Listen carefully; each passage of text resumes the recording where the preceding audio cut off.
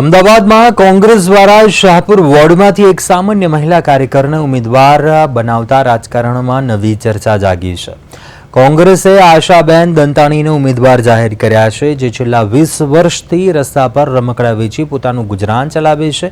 આશાબેન દંતાણી અમદાવાદના રવિવારી બજારમાં રમકડાનો નાનો વ્યવસાય કરે છે અને ખૂબ જ સામાન્ય પરિવારમાંથી આવે છે। પોતાના સંઘર્ષભર્યા જીવન સાથે તેઓ લાંબા સમયથી કોંગ્રેસ સાથે કાર્યકર તરીકે જોડાયેલા રહ્યા છે। કોંગ્રેસ દ્વારા એક સામાન્ય કાર્યકરને ટિકિટ આપતા લોકોમાં સકારાત્મક પ્રતિસાદ જોવા મળ્યો છે। સ્થાનિક સ્તરે લોકો માનતા થાય છે કે આ નિર્ણયથી સામાન્ય વર્ગને રાજકારણમાં સ્થાન આપવાનો સંદેશ આપવામાં આવ્યો છે। આશાબેન દંતાણીએ જણાવ્યું કે તેઓ સામાન્ય લોકોના પ્રશ્નો ઉકેલવા માટે પ્રતિબદ્ધ છે અને પોતાના વિસ્તારના વિકાસ માટે કામ કરશે। સ્થાનિક સ્વરાજની ચૂંટણીનો જંગ જામી ચૂક્યો છે અને હવે જે છે તે ઉમેદવારોએ ફોર્મ પણ ભરી દીધા છે। ત્યારે કોંગ્રેસ દ્વારા આ વખતે શાહપુર વોર્ડમાંથી જે એક બહેન છે જે પાંથરીને બેસે છે તેમને ટિકિટ આપવામાં આવી છે। આશાબેન, આપણે તેમની સાથે સીધી વાતચીત કરીશું।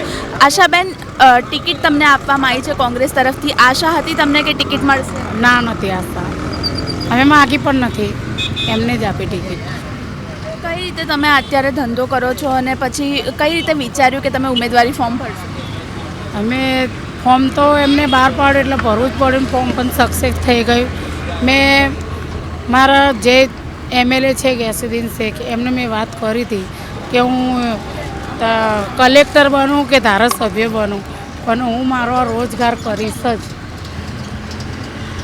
બેન, તમારા વિસ્તારમાં તમે ચૂંટાઈને આવો છો અને કોર્પોરેટર બનો છો, તો કયા કયા કામો છે કે જે તમને લાગે છે કે કરવા જોઈએ? એમને કોઈ ગટરની સમસ્યા હોય, કોઈ પાણીનું હોય, કોઈ પથ્થરનું હોય, આ બધી સમસ્યાનો હલ કરી દેશે।